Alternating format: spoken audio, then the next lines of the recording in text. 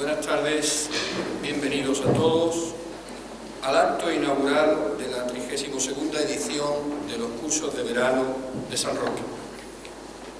En primer lugar, vamos a pasar al vídeo, que puedan disfrutar del vídeo del Bicentenario, vídeo oficial que ha sido realizado por la Universidad de Cádiz.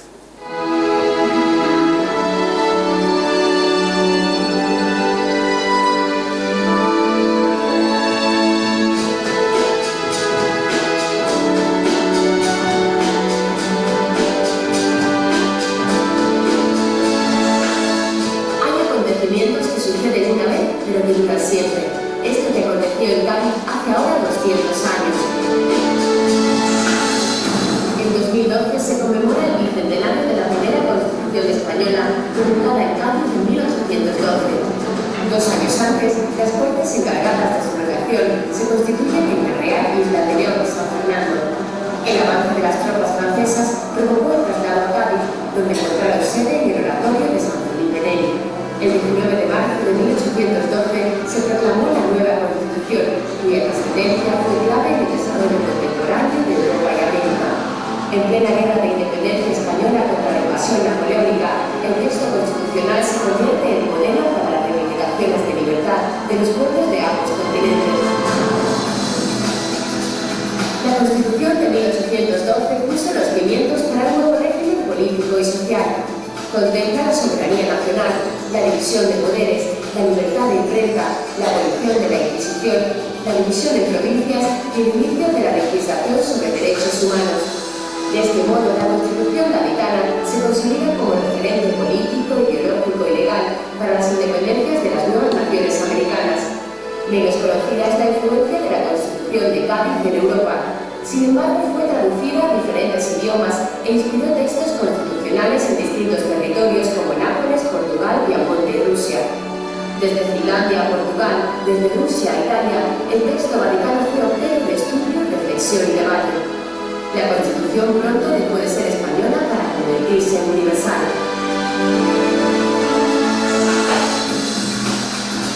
Por todo ello, el Bicentenario ocupa un lugar preferente en la Universidad de Cádiz. La UCA quiere ser la Universidad de los Bicentenarios. Para conseguirlo lleva trabajando desde hace años. En 2004 con el proyecto de Ideas Oceánica 2012 y en 2009 con un plan director de los Bicentenarios que innova actividades, recursos e investigadores especializados.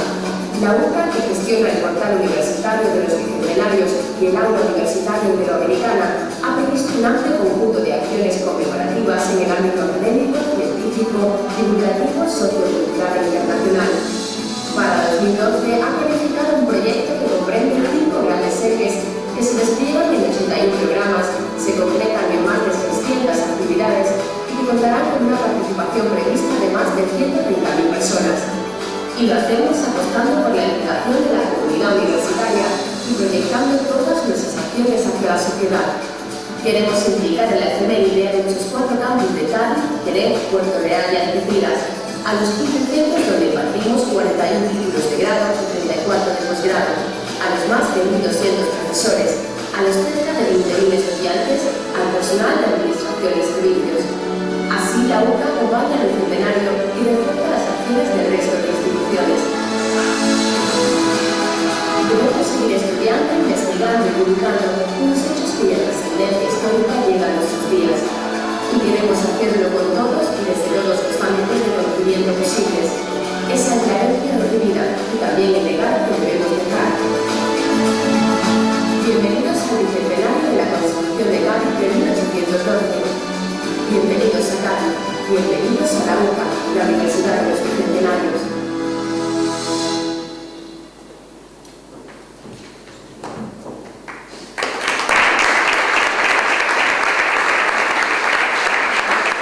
Tiene la palabra la señora doña Dolores Marchena Pérez, delegada de Cultura del Ayuntamiento de San Roque.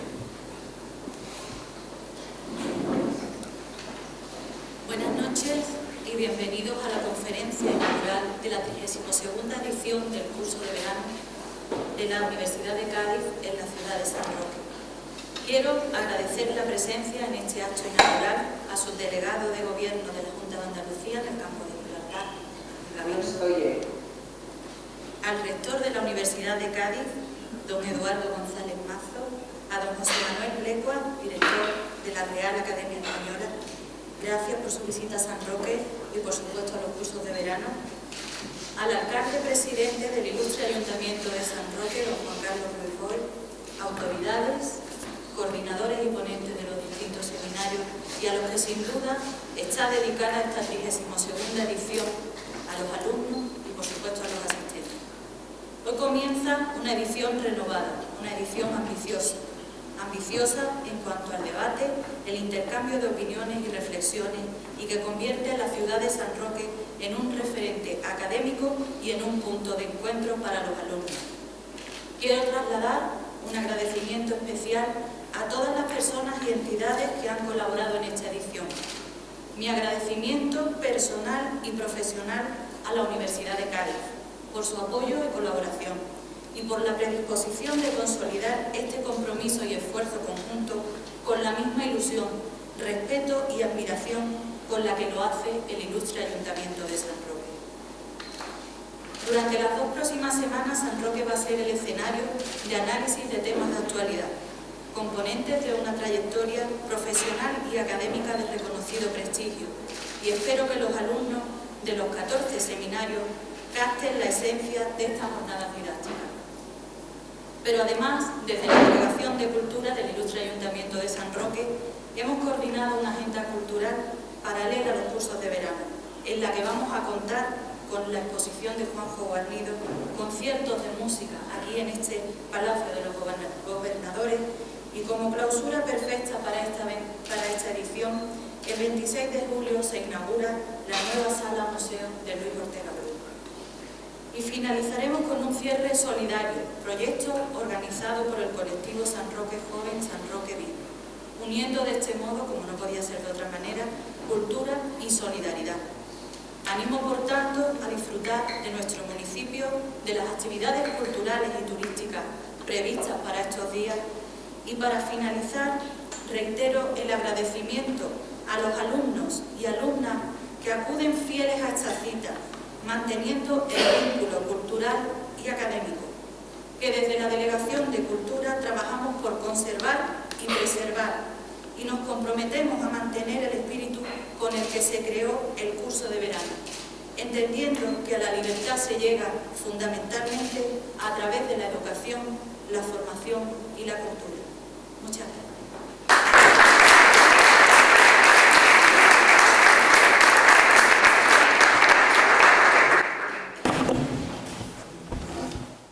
Tiene la palabra nuestra vicerrectora de Proyección Social, Cultural e Internacional, doña Marina Gutiérrez Peinado, quien hará una breve presentación del conferenciario.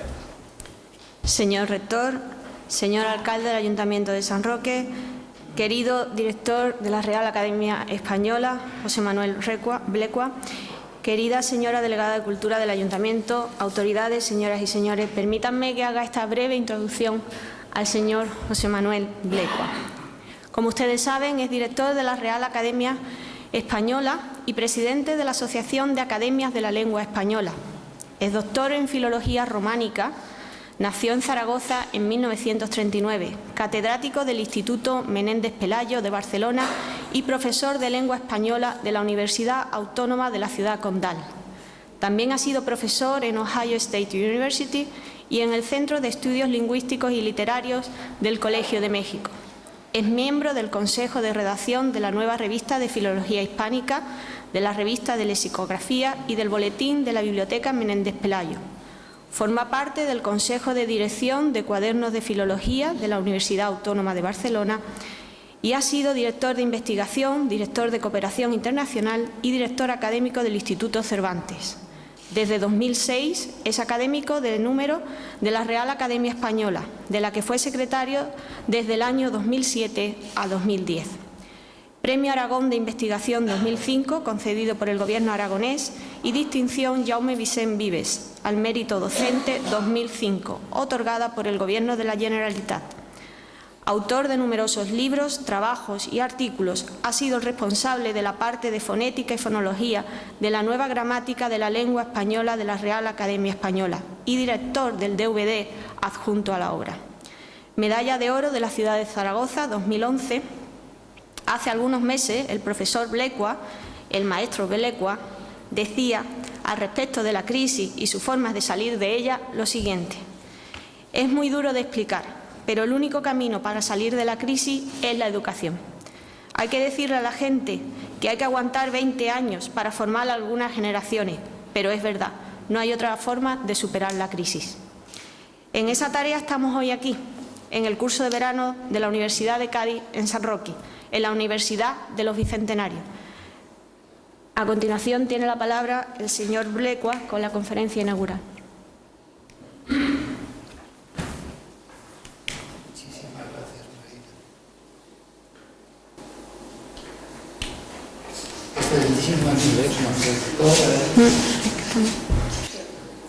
Lo acercamos más.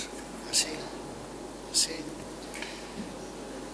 Ilustrísimo señor alcalde, señor subdelegado,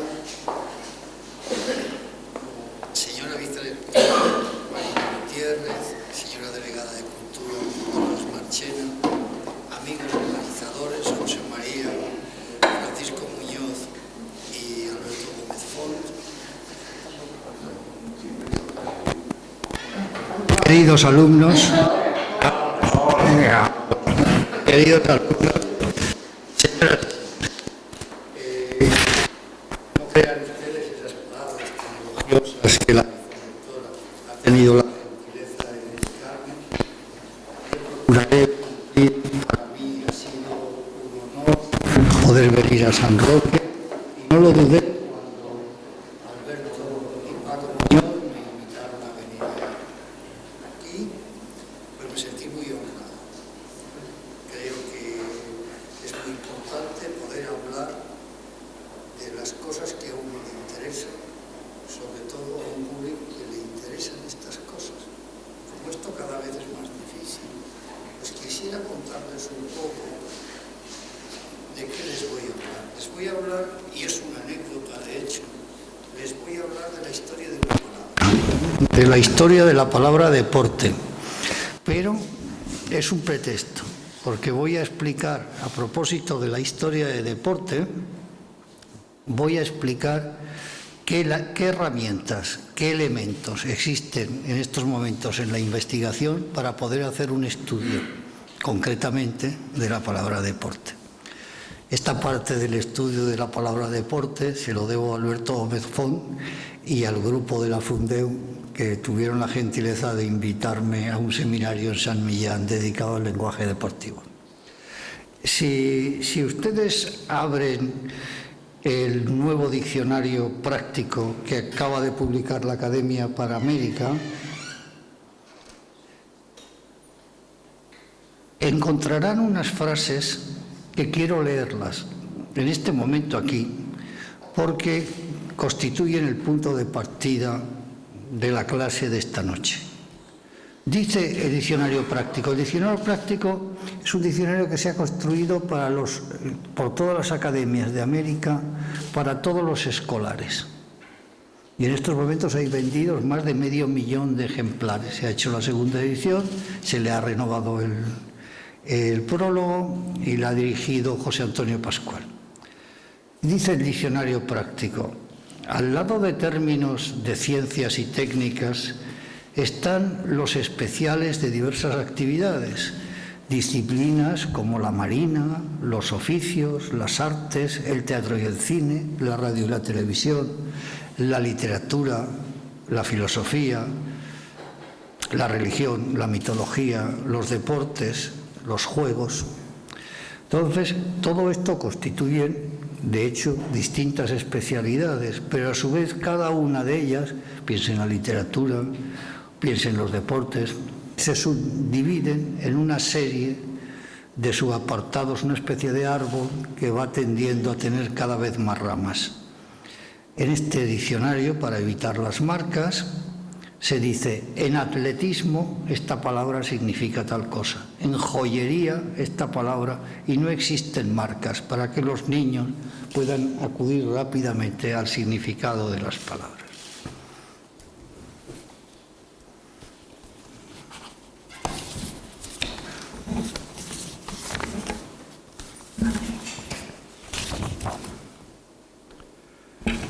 Voy a intentar cumplir los términos que aparecen en los deseos y las intenciones de estos cursos, que es poner de relieve en los distintos ámbitos del lenguaje deportivo y su relación con la lengua general.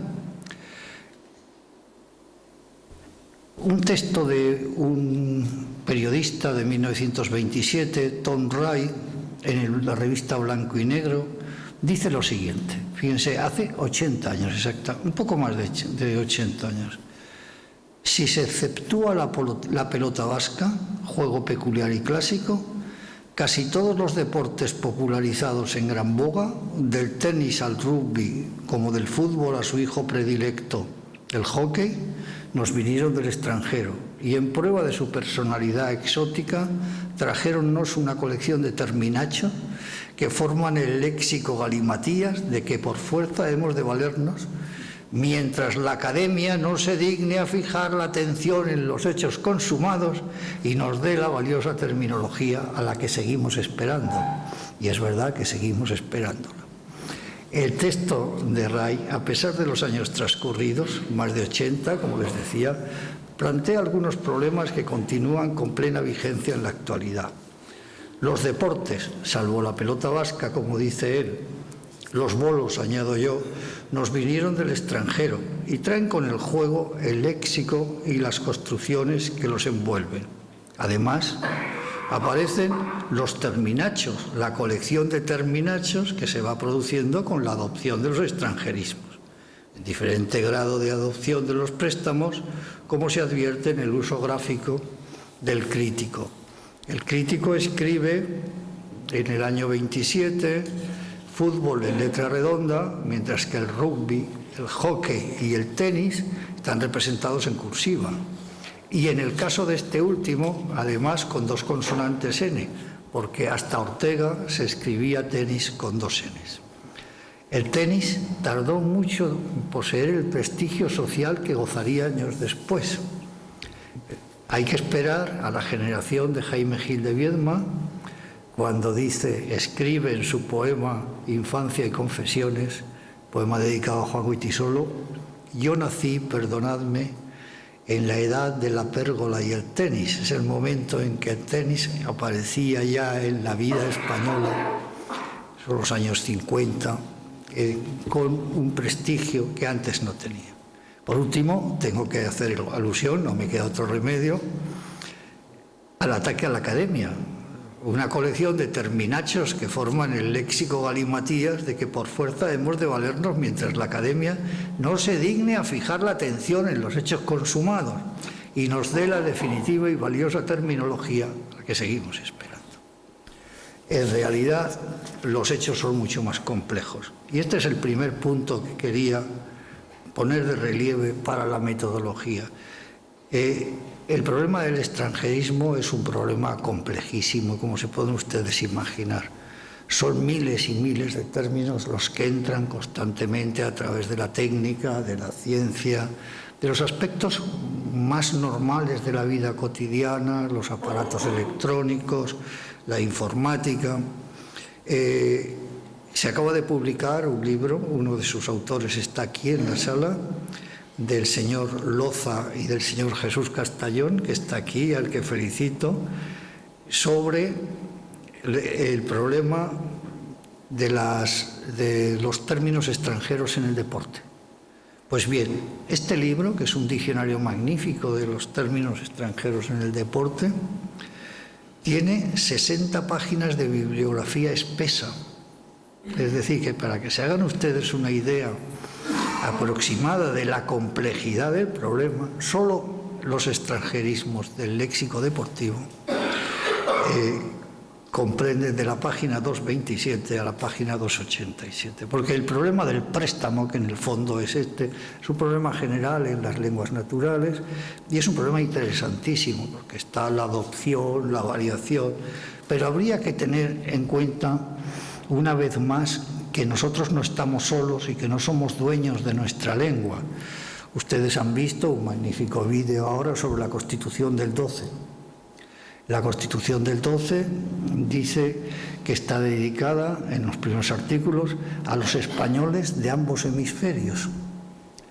Pues bien, en ambos hemisferios los términos deportivos no son lo mismo. Si ustedes van a México, se pitan penaltis, pero no penaltis. Y cuando yo llegué la primera vez a México, a mí me preguntaron los hijos de un amigo, ¿y tú a quién le vas? Y yo no entendía nada eso de ¿a quién le vas? Ser partidario de un equipo es ir a ese equipo. Es decir, que yo le voy al Zaragoza, por ejemplo. Un butragueño le va al Madrid. Está claro, es una construcción distinta. Pues fíjense, solo el acento de penalti cambia totalmente. Es una variación enorme dentro de la lengua. Es el juego de los acentos que existen en España y América. Y siempre que se trabaja en esto, hay que tener en cuenta América. Con lo cual, el problema de eso, en vez de solucionarse, se complica extraordinariamente.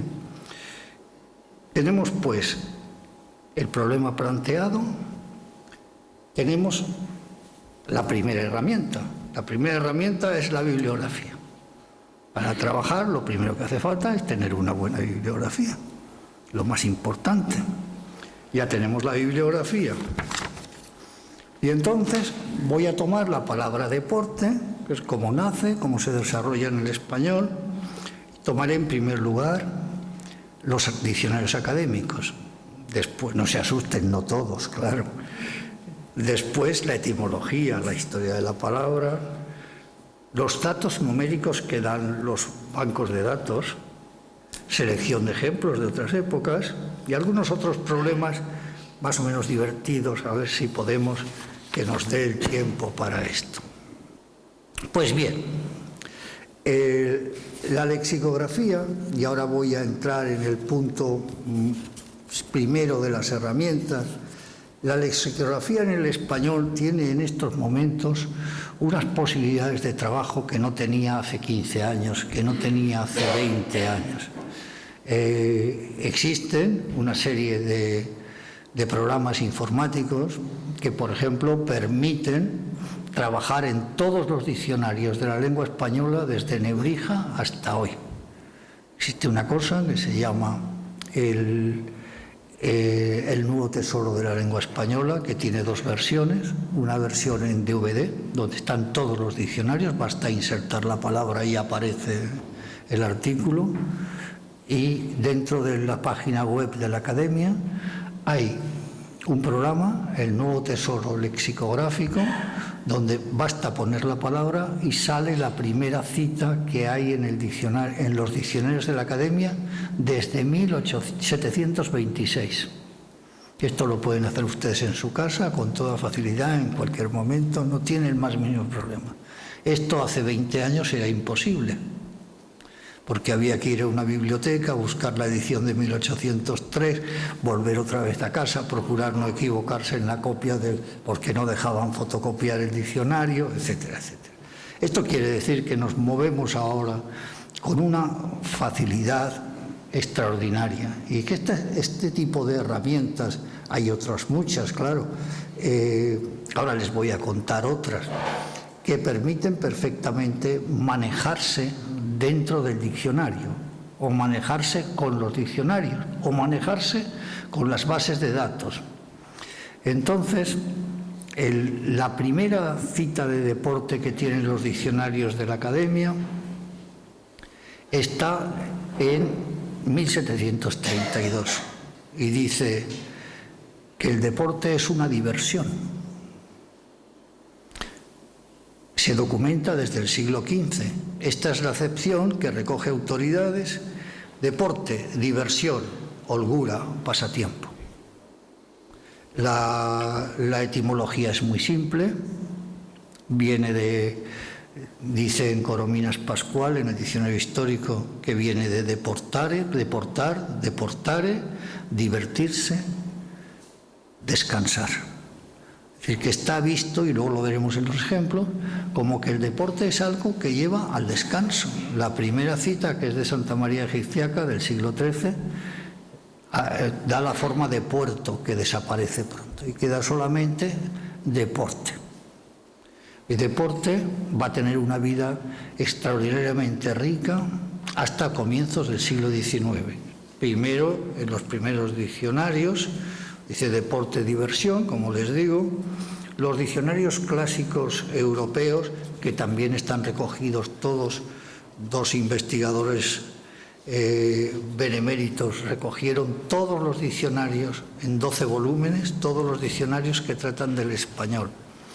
Y entonces los diccionarios extranjeros, estos investigadores son Alvar y Lidio Nieto, todos los diccionarios extranjeros del 16 dan deporte como diversión, como descanso. Está siempre en relación con mundos cortesanos. En 1971, en 1791, el diccionario de la Academia, lo mismo que recreación, pasatiempo, placer y diversión. Y así sigue hasta el año 1956, en que se añade el ejercicio físico. Hasta 1956 el deporte no tenía ejercicio físico. Pasatiempo, placer, diversión, ejercicio físico, por lo común al aire libre. En 1970 la Academia se moderniza y decide crear dos acepciones. Y ahora ya estamos en el mundo contemporáneo. Recreación, pasatiempo. Segunda acepción. Ejercicio físico, por lo común, al aire libre, practicado individualmente o por equipos, con el fin de superar una marca establecida o de vencer a un adversario en competición pública, siempre con sujeción a ciertas reglas. Ya ha cambiado. La visión del deporte en 1970 no es la visión del deporte únicamente de diversión, de pasatiempo. En el año 2001 se añade una locución por deporte, que quiere decir por diversión, con el valor antiguo porque el valor antiguo de recreación no lo ha perdido nunca la palabra deporte. En el 2014 saldrá el próximo diccionario de la Academia y se han añadido ya voces como deporte de aventura, deporte de riesgo, las zapatillas de deporte, el pantalón de deporte. Pero lo que es importante es la definición. Primero, actividad física ejercida como juego o competición cuya práctica supone entrenamiento y sujeción a normas. Segundo, vuelve a mantener recreación, pasatiempo, placer, diversión. Y luego, como les decía a ustedes, el deporte de aventura, el deporte de riesgo y el pantalón de deporte y la zapatilla de deporte. Entre medio hay una serie de problemas que vamos a ver ahora.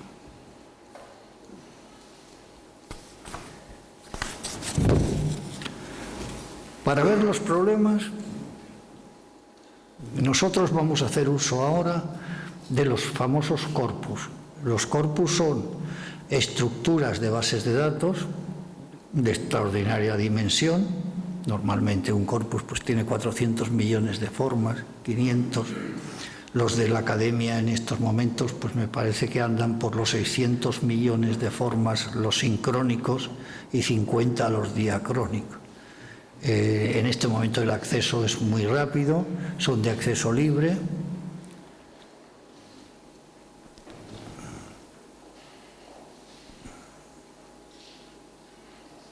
En esto la verdad es que tenemos que dar las gracias a ustedes cuando vean esos ordenadores que se llaman HP, y no voy a hacer propaganda. Piensen que el señor de la P, el señor Packard, era un millonario licenciado en Filología Clásica.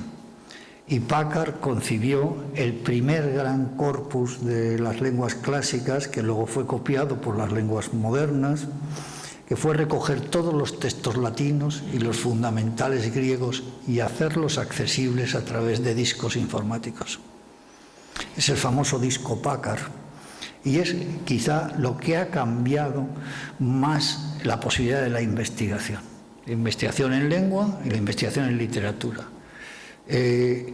Fíjense, yo he tenido el placer de ver en los jesuitas de Deusto la concordancia de Santo Tomás. Santo Tomás, como saben ustedes, escribió muchísimo. Y hubo un padre, el padre Busa, que hizo la concordancia de toda la obra de Santo Tomás. Lo hizo con un sistema de IBM muy anticuado, claro, y salieron no sé cuántos tomos, 300 tomos, la concordancia de Santo Tomás. Eso que al padre Busa le llevó media vida, lo hace hoy un muchacho de tercero de carrera en 15 días y seguramente con mucha más rapidez, porque lo que ha cambiado fundamentalmente en la investigación del léxico es la capacidad de la memoria y la velocidad de acceso a los datos y la complejidad de los programas, claro. El diccionario histórico nuestro de la Academia tiene un programa informático que es el mismo que tiene la Marina de los Estados Unidos para las piezas de recambio o IKEA para los almacenes de los muebles. Entonces, claro, estos programas pueden manejar enormes cantidades de datos y sobre todo ponerlos en relación.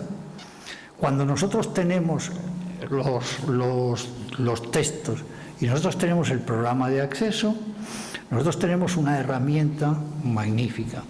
Y esa herramienta no se puede dejar guardada para unos, sino que, como decía San Pablo, el bien que no es comunicado no es bien. Qué frase que les gustaba mucho a los erasmistas españoles del siglo XVI y a alguno le costó algún disgusto.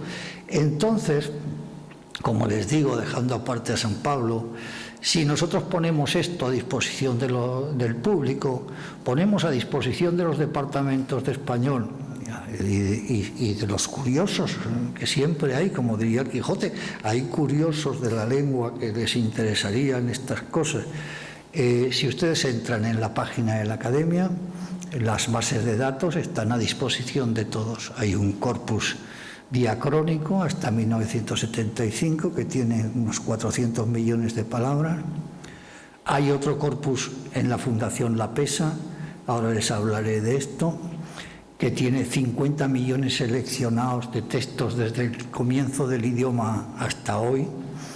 Y después también están allí los ficheros de la Academia digitalizados, de manera que ustedes pueden ver lo que veían los académicos antes, en enormes ficheros de 1.500 fichas, cientos de ficheros, hay 10 millones de fichas que están a disposición del lector, que puede utilizar, más unos programas que permiten manejar todo esto.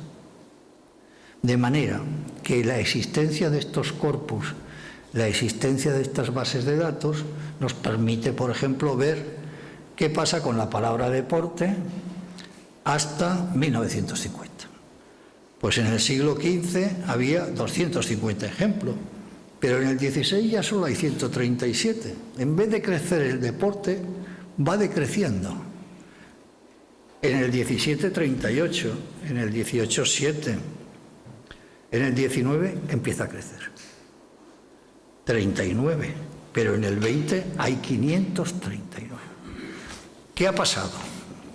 ¿Qué ha pasado? Pues una cosa muy importante, que el deporte va a ir cambiando de significado y va a ocupar la plaza que tiene un extranjerismo, que lentamente se va a meter en el camino de un extranjerismo. El extranjerismo es sport, S-P-O-R-T. Todavía en Santander, el campo de fútbol del Sardinero está en los campos de sport de Santander. Sport, en cambio, empieza a tener mucha fuerza a principios del 19, hay 43 ejemplos, y en el 20 todavía quedan 78. Esto es muy importante porque lo que ha ocurrido es que un préstamo extranjero se va a introducir en la vida española. Luego lo verán ustedes perfectamente cómo está unido, pues por ejemplo, a la hípica, a la gimnasia, incluso a la adivinación, porque hay momentos, la primera federación, me he enterado por Jesús Castañón, la primera federación que aparece en España de deportes es la de las palomas mensajeras, que aparece en 1894, pero por ejemplo el ajedrez, hay una serie de federaciones que aparecen muy pronto como deporte y que tal vez Si se discutió si el automovilismo era deporte, imagínense ustedes si no habría que discutir de algunas otras cosas. Bueno, pues Sport empieza a crecer. Y lo que vamos a tener a lo largo del 19 y en los principios del 20, una lucha entre deporte y sport. Si nosotros examinamos los textos en los cuales aparecen deporte y sport, podemos ir viendo, pues ya muy rápidamente, podemos ver primero los de deporte, donde se ve muy claro que tienen la significación de pasatiempo, de recreo. Hurtado de Mendoza, por ejemplo, en 1440, pues no quiero andar en corte ni lo tengo por deseo, quiero hacer un devaneo con que haya algún deporte y cualquier consolación. Quiero hacer un devaneo con que tenga algún deporte, una recreación, un placer.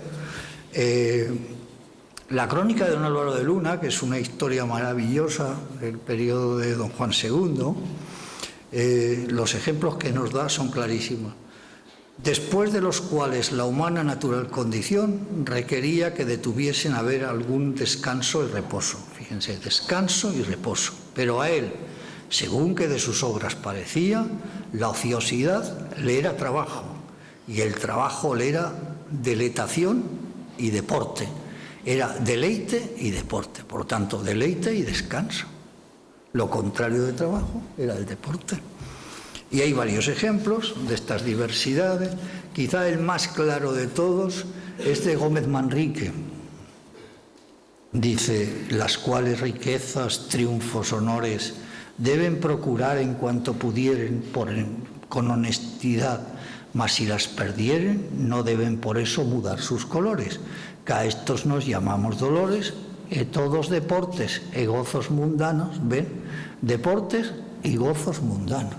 Descansos, recreaciones, más presto se pasan que sueños livianos o que los vientos por altos alcores. Es un poema precioso.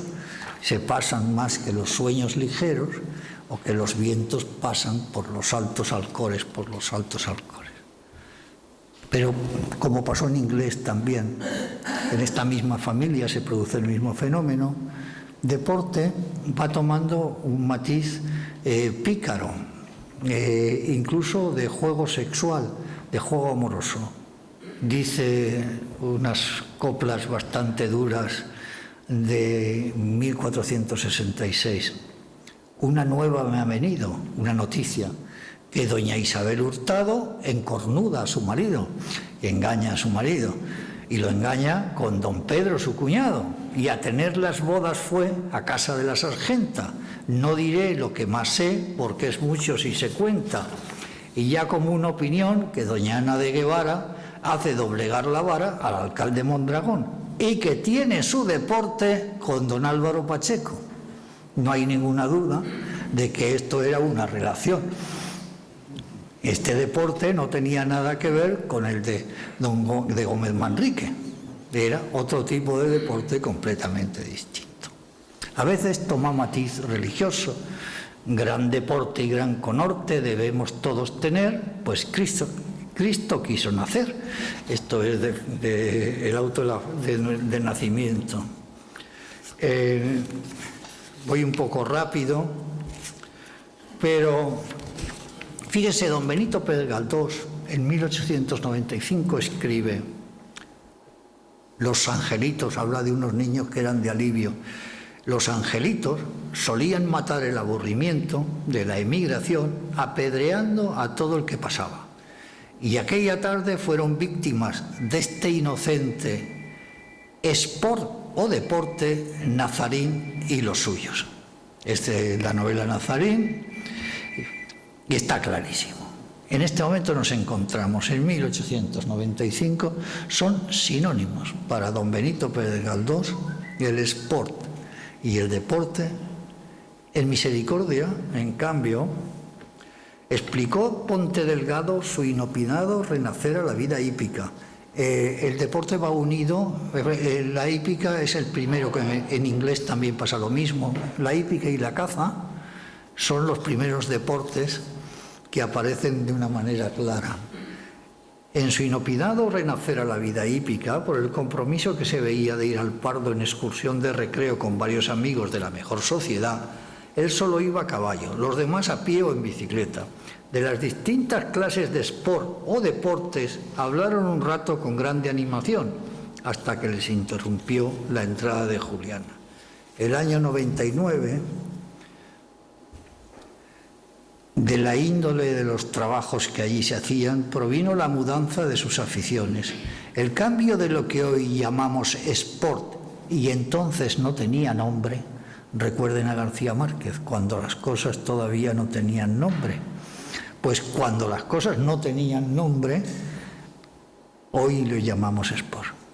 Verán luego, en un trabajo de José Antonio Pascual, en un microcorpus, que esto se da con mucha frecuencia, que no se ha llegado al nombre y se está luchando por tener nombre, o como ahora se dice, o como se empieza a decir. Doña Emilia Pardo Bazán cuenta que solo el hecho de ese retrato de usted, señora, habría de diferenciarse cuando el monedero tiene personalidad.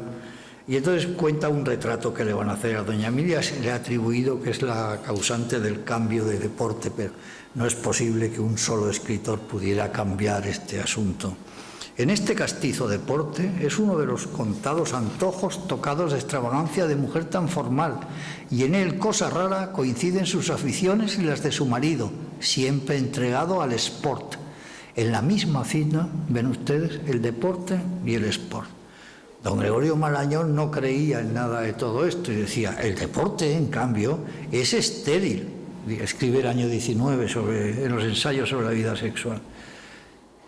Salvo su utilidad ya comentada para la salvaguardia de la salud y el auge de la atracción del sexo, estuvo siempre unido el concepto de deporte con la gimnasia, que es la primera, claro, de principios del siglo XIX, la primera que aparece de una manera, los primeros de una manera médica como aconsejado para la salud. Es un remedio incompleto de su hermano mayor, más perfecto y fecundo, el trabajo. La eficacia del deporte se extingue al terminar el juego. La del trabajo perdura en la obra construida. Por ello, dígase lo que se quiera, el deporte como ocupación única de la vida es patrimonio de gentes inferiores que hacen sport para que la naturaleza les perdone el pecado mortal de no trabajar. Está muy unido el deporte, los sportsman están muy unidos con el no trabajar. También una cosa similar cuenta Pérez de Ayala, pero bueno, vamos al último para que vean un ejemplo clarísimo de que el deporte no estaba bien considerado. Escribe don José Ortega. Hay, además, una fauna rich. La fauna rich, que acaso más que otra alguna caracteriza la época actual.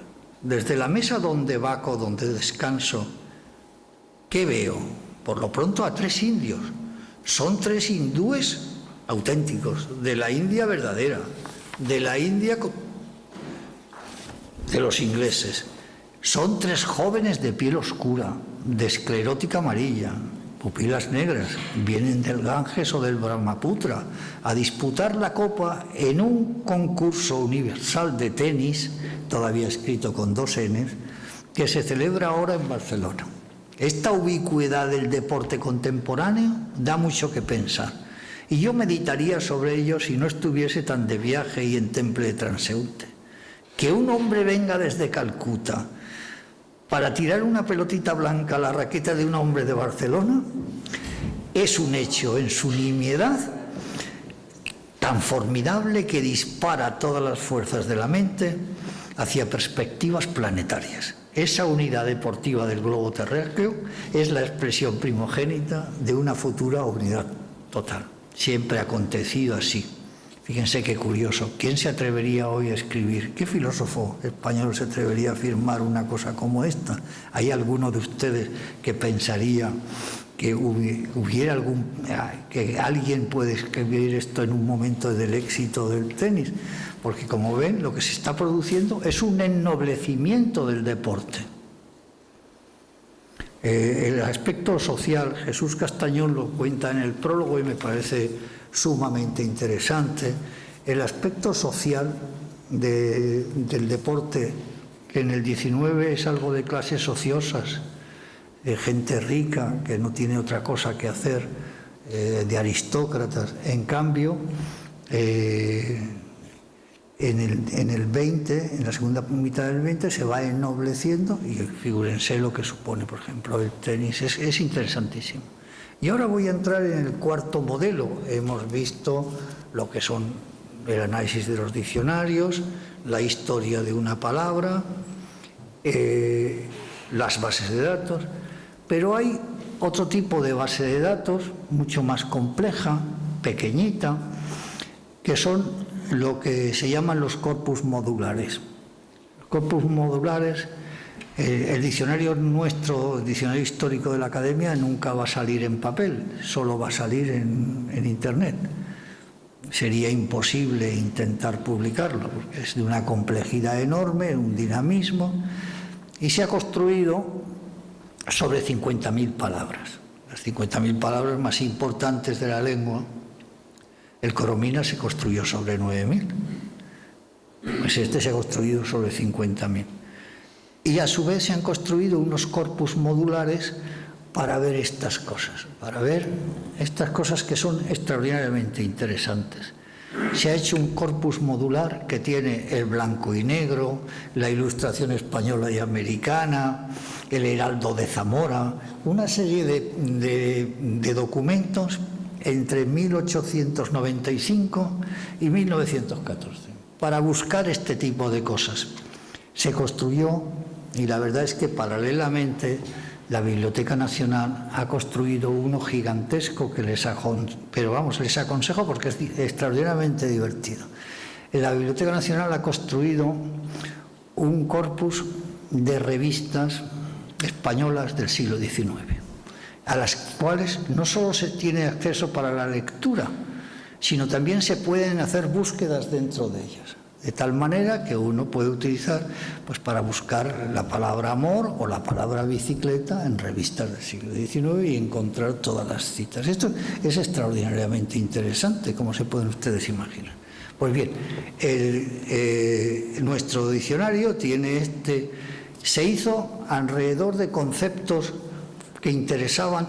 Por ejemplo, el concepto de veraneo es un concepto que en estos momentos está cambiando la sociedad española y aparece el veraneo, que antes no había, la gente no veraneaba. Pero entre 1895 empiezan a aparecer los veraneantes, los chistes de veraneantes, la gente que va a San Sebastián, etc. Bueno, entonces,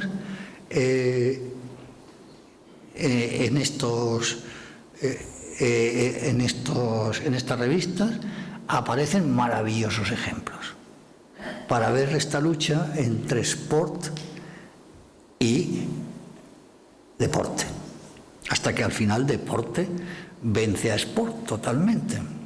El ABC de 1903 escribía este maravilloso: el dulce y sabroso sport del flirteo.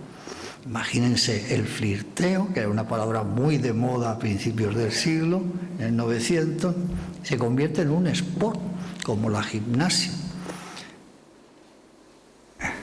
Mientras que otro periódico de la época, se me olvidó tomar la nota, me están cargando los periódicos con eso del sport, y ya escribe sport con ES. La S ya no puede estar sorda al principio. ¿Qué quiere decir eso? ¿A qué viene eso? No tengo la nota. Es de Eusebio Blasco, Los cuadros madrileños. El rey era muy deportista, el rey Alfonso. Y entonces, a principios de siglo, las actividades como sportsman del rey. El rey ya no es un deportista, es un sportman, que antes de la palabra deportista parece sportman, sportwomen.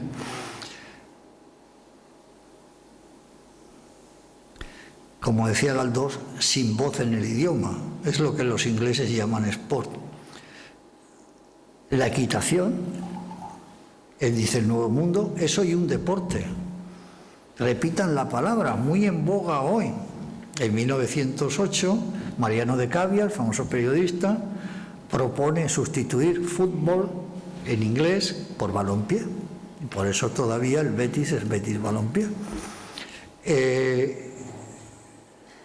deporte aparece como un ejercicio higiénico, y sport poco a poco se va cediendo terreno ante deporte. El Blanco y Negro en 1899 habla de los encierros de los Sanfermines como deporte, y otras veces en el mismo año las regatas tradicionales de San Sebastián ya también son deporte. Es decir, que los toros, hay un momento, el caso de Pamplona, que aparece como deporte.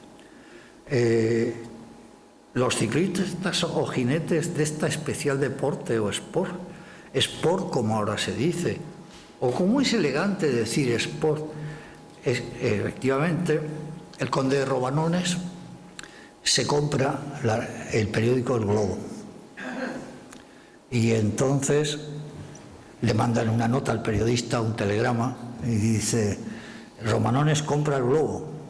Y el periodista no entiende lo que es lo del Globo y dice que el distinguido sportsman, señor Romanones, se ha comprado un globo para realizar audaces ascensiones. Es un ejemplo clarísimo para ver cómo es todo esto. Sportman, esportivo, sport, y de ha quedado traje sport, coche sport.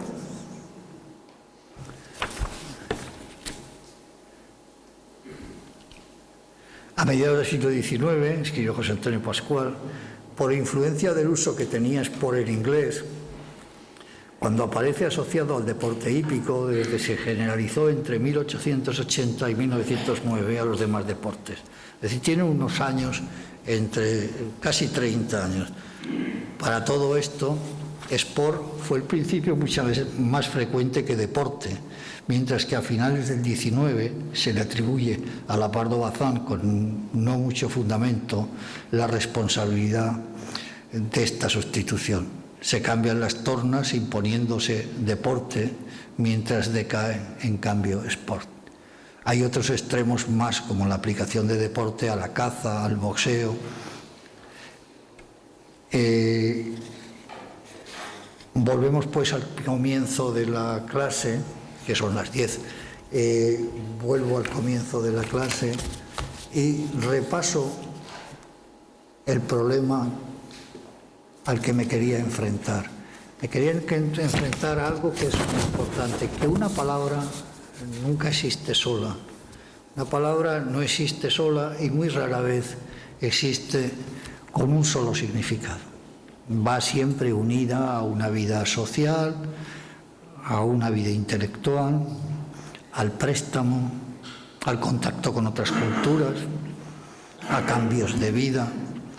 Entonces hemos visto cómo un deporte va a ir tomando, junto con pasatiempo, recreación, juego incluso amoroso, va tomando otro carácter, que es el carácter puramente deportivo, pero ahí se encuentra con sport, y sport es muy fuerte, y es una palabra que está cargada de connotaciones. No solo significa, sino que evoca al aristócrata, al mundo ese del veraneo, del ejercicio físico, del aire libre. Todo eso lo hemos visto a través de una serie de herramientas que permiten trabajar y ver todas estas cosas, porque imagínense un solo investigador en su casa, si tuviera que hacer la historia de deporte, lo hubiera pasado muy mal, si no hubiera tenido todos estos medios. Hoy, lo que les quería, y con esto quiero acabar, el trabajo de la lengua, el trabajo de la investigación, el trabajo de los equipos de investigación ha dejado de ser una cosa reducida a una sola persona, sino un conjunto de personas en todo el mundo que tienen intereses, que tienen revistas, que tienen acceso a Internet, y esto permite que en estos momentos el avance para el trabajo en la filología, en los alumnos, incluso para, como les decía a ustedes, el conocimiento particular, el poder entrar en la revista La Abeja de los románticos del 19 en la Biblioteca Nacional, estar uno con un café en pijama en su casa y estar leyendo La Abeja como si estuviera perfectamente sentado en la Biblioteca Nacional. Es un mundo que cambia y que ha cambiado para muy bien. Y que nos tenemos que alegrar y tenemos que seguir aprovechando todo esto y divulgarlo, porque son procesos muy caros, procesos que duran mucho tiempo. Un corpus dura 10 o 12 años, intervienen muchas personas de muchos países y luego, claro, es extraordinariamente rico, es una base de datos fundamental. Y este tipo de cosas es lo que le quería poner de relieve esta noche. Que no hay que estar triste, sino todo lo contrario. Este es un momento en que la ciencia puede avanzar, porque estos son escalones fundamentales para el trabajo y para el conocimiento. Y esto, en el fondo y en la forma, esto supone un motivo de alegría.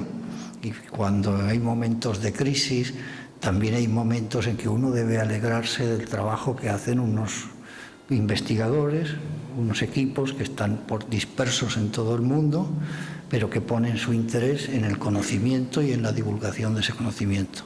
Nada más, muchas gracias.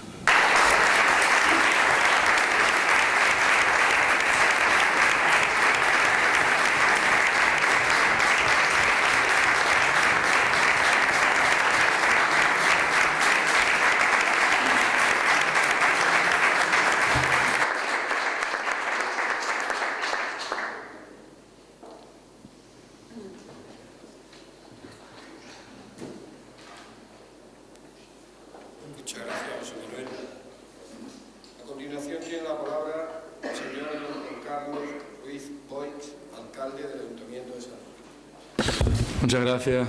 Muchas gracias al conferenciante, enorme conferencia, y vecinas y vecinos, alumnas y alumnos, señor rector de la Universidad de Cádiz, Eduardo González Mazo, señora vicerrectora de Proyección Social, Cultural e Internacional, Marina Gutiérrez, señor teniente alcalde, Dolores Marchena, y señor coordinador de Cultura, que anda por aquí, por la mesa detrás, César Aldana, a todos bienvenidos a San Roque.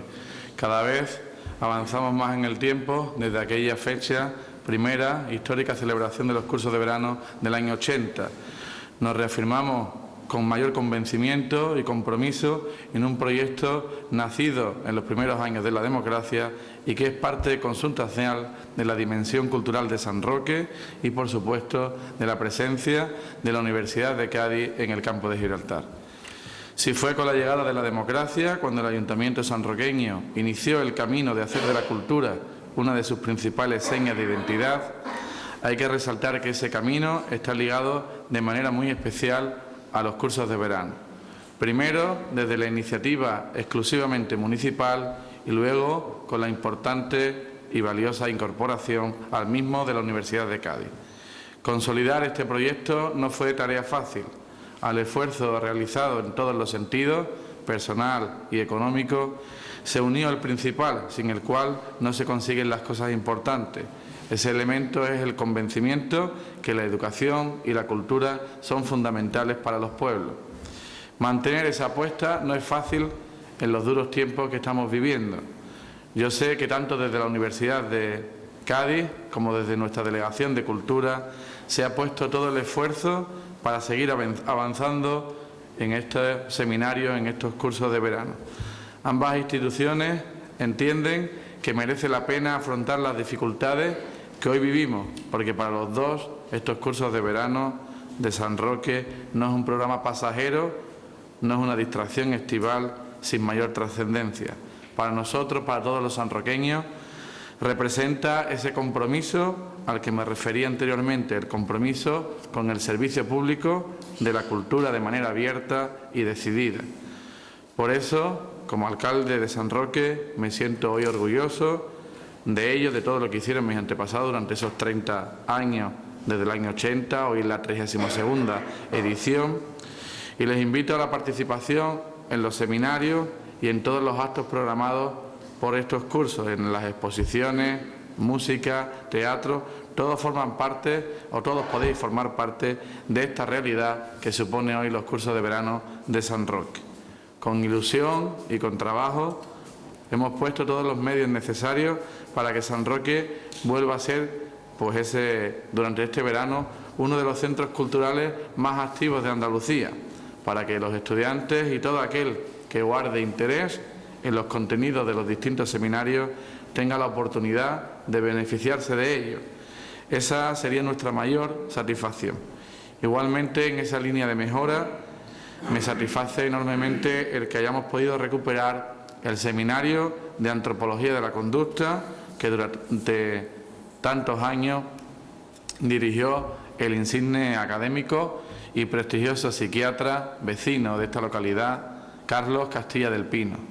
También me complace el que, coincidiendo con el bicentenario de la Constitución de Cádiz, tal como nos ha mostrado el señor rector en ese vídeo de inicio de esta conferencia, pues tenga cabida un seminario donde, junto a la incidencia de este hecho histórico en la comarca, en la provincia de Cádiz, se estudie la contribución también del diputado sanroqueño Vicente Terrero Monesterio, al que fuera nuestro primer texto constitucional. Y voy terminando, pero no quiero finalizar esta intervención, sin tener un recuerdo para el recientemente desaparecido actor sanroqueño Juan Luis Galiardo, quien en el curso de verano del año 2005 ofreció pues también una conferencia inaugural sin igual llamada Yo he sido el hidalgo Don Quijote. Magnífica intervención que creo que nos gustó a todos los que asistimos a aquella conferencia. Esa conferencia ha pasado a la historia de los cursos de verano y para él nuestro recuerdo y nuestra admiración. Y finalmente quiero agradecer el trabajo de todos los que hacen posible esta nueva edición de los cursos de verano, tanto al equipo de la Universidad de Cádiz, que lidera el rector Eduardo González, como a la Delegación Municipal de Cultura, que dirige mi compañera Loli Marchena. Asimismo, quiero agradecer también a todas las empresas e instituciones que colaboran y que contribuyen a la celebración de estos cursos de verano, señalando que son un elemento fundamental para que se culmine un proyecto de estas importantes características. A todos los participantes de fuera de la ciudad les doy la bienvenida con el deseo de que los días de estancia en el municipio sean provechosos y agradables. Muchas gracias y que estos cursos, estos 14 seminarios, sean fructíferos para todos. Gracias.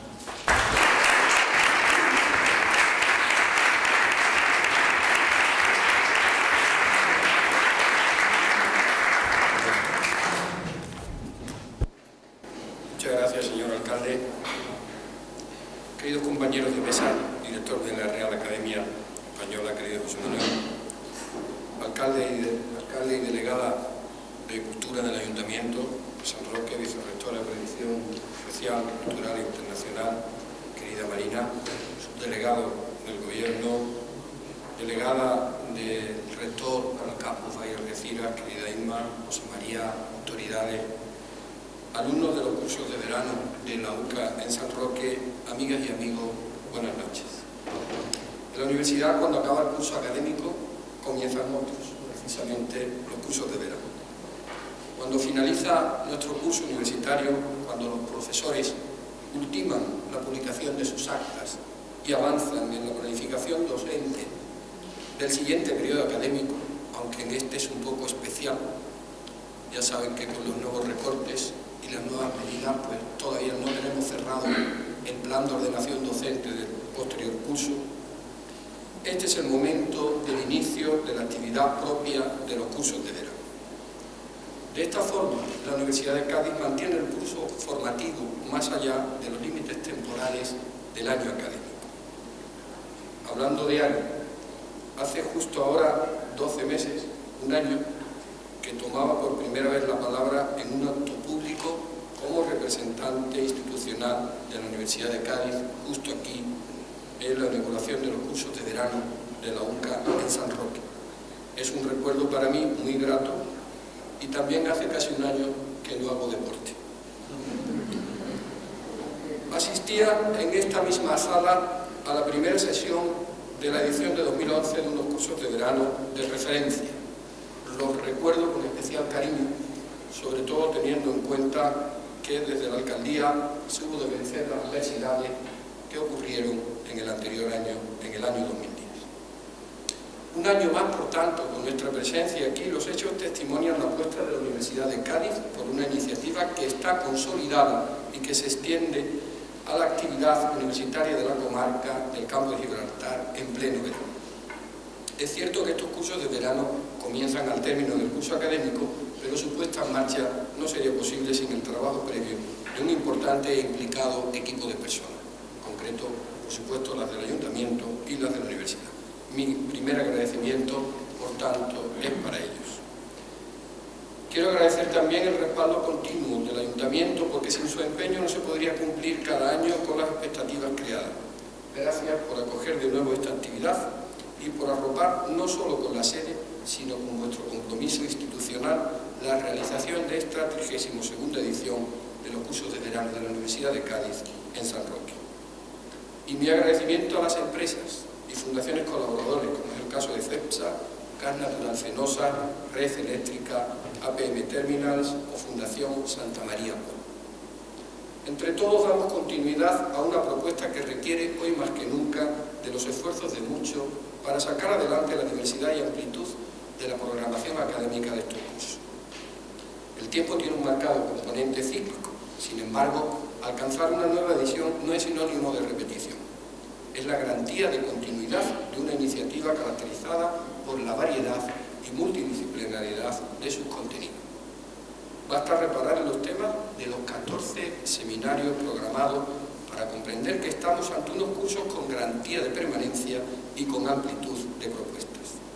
Durante las próximas 2 semanas, en los distintos espacios habilitados en este Palacio de los Gobernadores, se abordarán propuestas tan sugerentes como Cartella y el patrimonio arqueológico sostenible, lenguaje y deporte, el cómic, el nuevo exilio, equitación y discapacidad, logística portuaria, análisis interdisciplinar del enfermo terminal, constitución y derecho penal, gestión energética, energías limpias, la Constitución de Cádiz en el Campo de Gibraltar, la obesidad y sus antídotos, antropología de la conducta dentro del primer seminario Carlos Castilla del Pino, Gibraltar y Marruecos, las fronteras del Estrecho, y nuevas perspectivas sobre el pensamiento de José Ortega y Gasset. Temas conectados principalmente con la cultura, el patrimonio, la demografía, la actividad económica e industrial de la comarca del Campo de Gibraltar. La universidad, por tanto, tiene que estar atenta a la demanda y a los comportamientos de la sociedad. No puede ser que una institución viva de espaldas a su entorno. Estos cursos de verano son un ejemplo de ello. La conexión con el tejido industrial y económico y el interés por analizar diferentes temas con una incidencia directa en la vida y en la historia de la comarca conforman el denominador común de una actividad que se dirige al conjunto de la sociedad. En estos tiempos de crisis y de cambio, etimológicamente el término crisis significa eso, cambio, vivimos en cierta medida sobrepasados por las circunstancias. La universidad no tiene la solución para la crisis. Carecemos de varitas mágicas. Basamos nuestro conocimiento en la ciencia, no en la taumaturgia. Pero quiero señalar que no hay solución sin la universidad. La educación en sus distintos niveles formativos es la viga maestra para la solidez de una sociedad donde todos los ciudadanos tengan los mismos derechos y oportunidades. Sobre el papel, la universalidad de los derechos es un principio que quedó escrito por primera vez en España y en una Constitución hace ahora precisamente 200 años. Fue en 1812, en esta misma provincia de Cádiz. Se produjo entonces un trascendental cambio de paradigma, de súbditos a ciudadanos, de la arbitrariedad del privilegio a la justicia del derecho. Por eso, algunas de las conquistas que se consolidaron a partir de entonces, como la educación pública, debe seguir siendo eso, un derecho y no convertirse, a base de recortes y de retoques, en un privilegio solo al alcance de una minoría. Recortar en educación es recortar nuestro futuro, hacerlo más débil, más dependiente. El deseo de una sociedad más justa y equilibrada quedó reflejado en el articulado de nuestra primera Constitución. Las palabras escritas recogieron la voluntad de los legisladores. El poder de la palabra, hoy como entonces, sigue siendo imprescindible para comunicarnos, para forjar nuestras relaciones personales, para dar el salto del individuo al ser social. Para muchos estamos insertos en la era de la comunicación. En la manera y en los modos de relacionarnos no sobra la palabra, está siempre presente. De ahí la importancia de instituciones como la Real Academia Española para estudiarla y preservarla. Una lengua, como tuve ocasión de afirmar en la inauguración de los cursos de verano de Cádiz hace 2 semanas, que es un cuerpo vivo en boca de sus hablantes. Necesita de reglas para evitar el desorden, de método para profundizar en su estudio, de instituciones para preservar su patrimonio y de normativas para garantizar su enseñanza en todos los niveles del sistema educativo. Ese es precisamente el trabajo y la elevada misión de la RAE. Muchas gracias, señor director. En la Universidad de Cádiz hemos tenido en estos días un doble privilegio. Los cursos de verano de Cádiz fueron inaugurados por don Víctor García de la Concha y estos de San Roque por don José Manuel Brecua, anterior y actual directores de la Real Academia Española. Gracias, profesor, gracias, catedrático, por aceptar nuestra invitación a la Universidad de Cádiz para inaugurar estos cursos con sus sabias palabras. Repito que para nosotros, presencias como la suya constituyen un privilegio. A propósito, recuerdo ahora que se utiliza mucho llevas ropa sport. En Cádiz es arreglado pero informado. Enhorabuena por su conferencia. Y a todos los asistentes, muchas gracias, buenas tardes y declaramos oficialmente inaugurada la 32ª edición de los cursos de verano de San Roque. Muchas gracias.